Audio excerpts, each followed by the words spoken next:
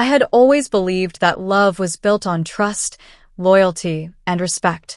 I gave everything to my relationship with Emily, always making sure she felt valued, supported, and loved. For 3 years, I thought we had something special, something real. But in a matter of seconds, she shattered everything. We were sitting in our usual spot at a small corner booth in Riley's Diner, a place we had visited countless times before. The smell of coffee and grilled sandwiches filled the air, but for the first time, it felt nauseating. Emily sat across from me, lazily stirring her drink, her expression unreadable.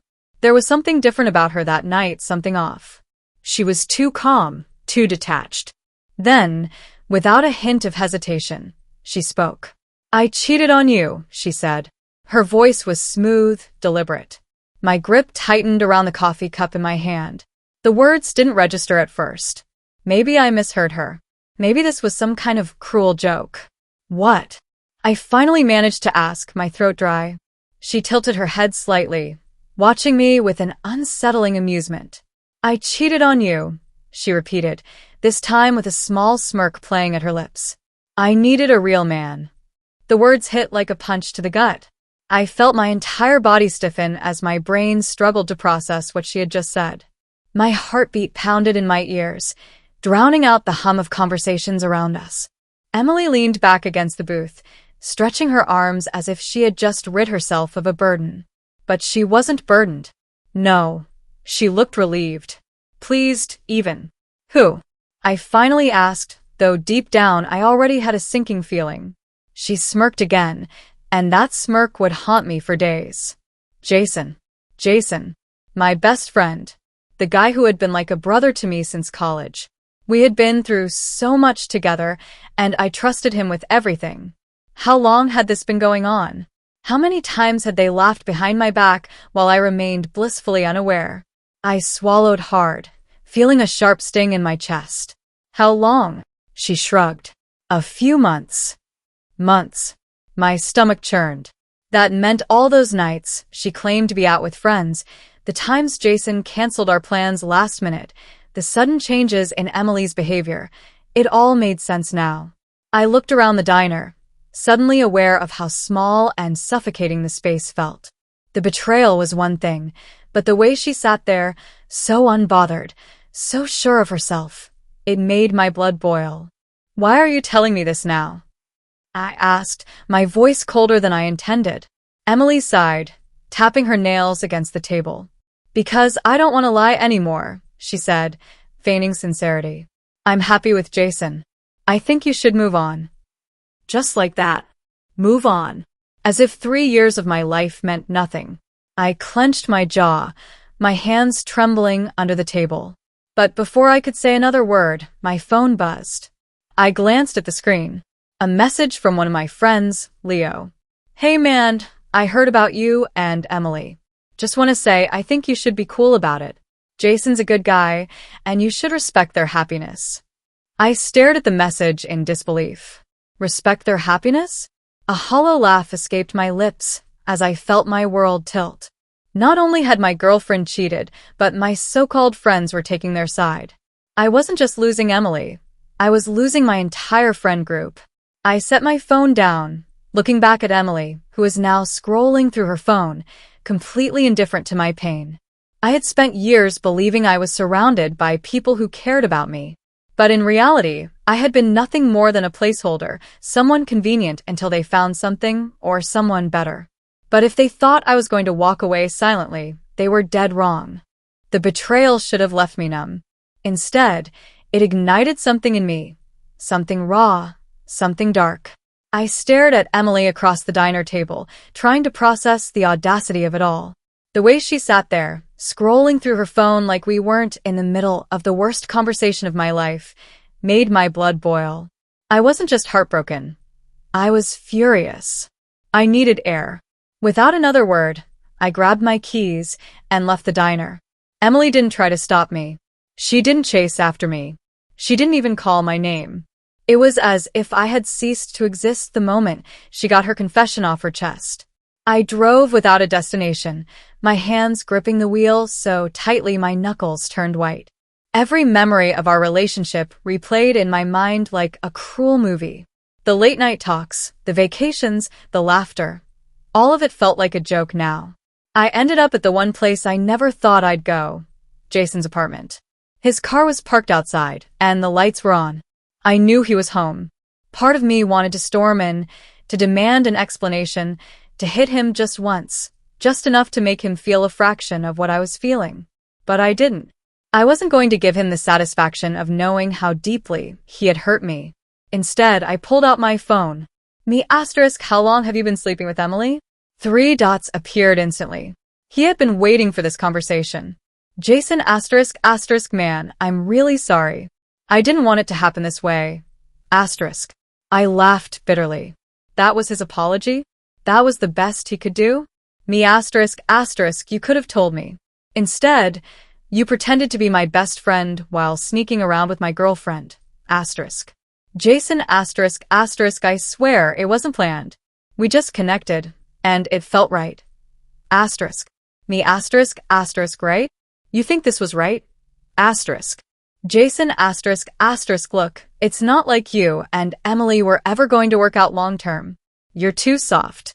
She needed someone who could challenge her, make her feel something real. That did it. I gritted my teeth, my anger simmering beneath the surface. So that's how they saw me? As some weak, pathetic placeholder until someone better came along? I took a deep breath, forcing myself to stay calm. I wouldn't give him the reaction he wanted. Instead, I turned my car back on and drove home. When I got to my apartment, I threw my phone on the counter and collapsed onto the couch, exhaustion hitting me like a freight train. I wanted to shut everything out, but my mind wouldn't stop racing. My so-called friends had chosen Jason and Emily's happiness over basic loyalty. The people I had trusted, the ones I had spent years with, had decided I was disposable. Fine. They wanted me out of their lives? I'd give them exactly that. But not before making sure they regretted ever betraying me. I wasn't going to be the heartbroken fool in their story. If they thought they could walk all over me and move on without consequences, they had no idea who they were dealing with. The betrayal burned inside me, but I wasn't going to lash out blindly. That's what they expected: anger, drama, an emotional meltdown that they could use to justify what they'd done. No. If I was going to do this, I was going to be smart about it. The first thing I did was cut them all off. I left the group chat without a word, deleted their numbers, and unfollowed every single one of them on social media. No long paragraphs, no explanations, just silence. They wanted to act like I didn't matter? I'd show them what it felt like to be erased. Next, I needed a plan. Jason and Emily thought they had won, that they had taken something from me. But what they didn't realize was that I had something of my own: leverage. Jason had been working for his father's company for years, trying to work his way up. He always complained about how his dad treated him like a failure, how he wasn't taken seriously. And Emily? She had just started a job at a marketing firm, one that had very strict policies on workplace relationships. I didn't have to destroy them. I just had to let them destroy themselves. I started with Jason. His father was a well-known businessman, the kind of man who valued loyalty and integrity above all else. Jason had spent years trying to prove to him that he was responsible enough to take over the family business one day. Too bad I knew exactly how to prove otherwise.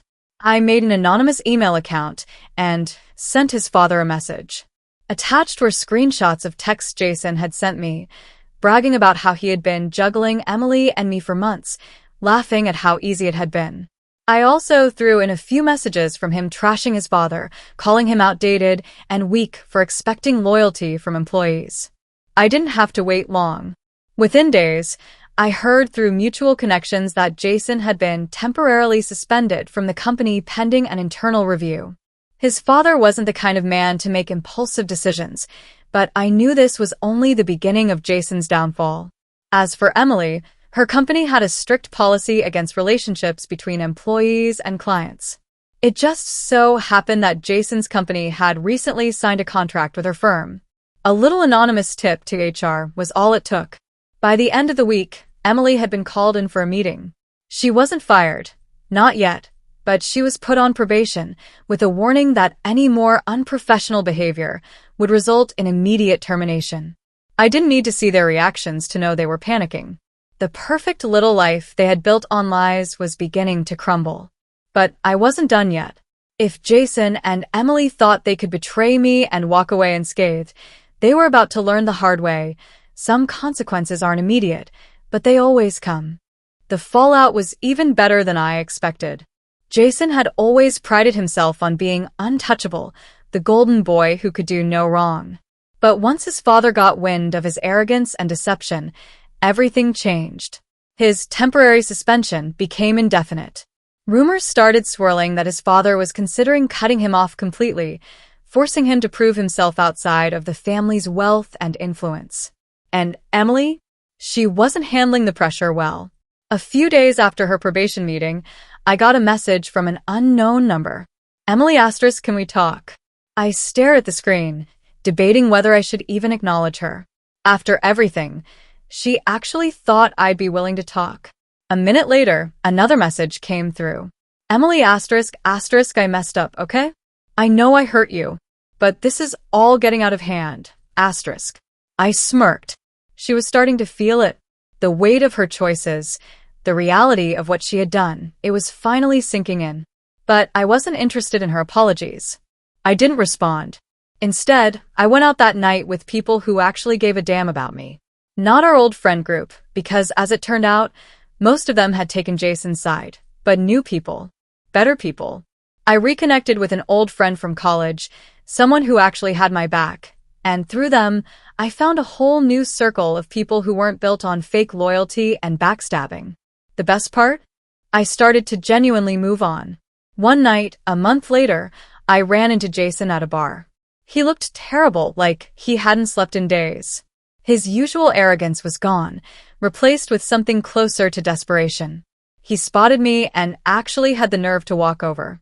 "You happy now?" he asked bitterly, nursing a half-empty glass of whiskey. "You got what you wanted, right?"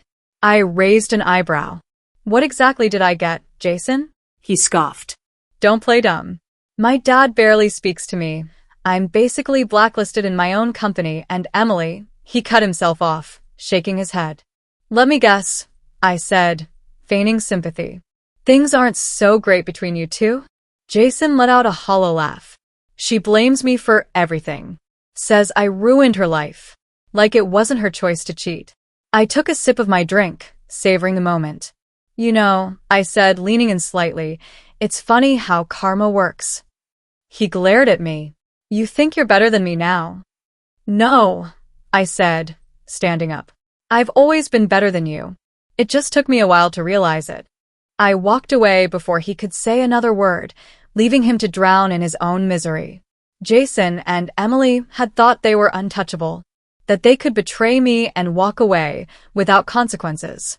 But life had a way of balancing the scales, and they had learned that the hard way.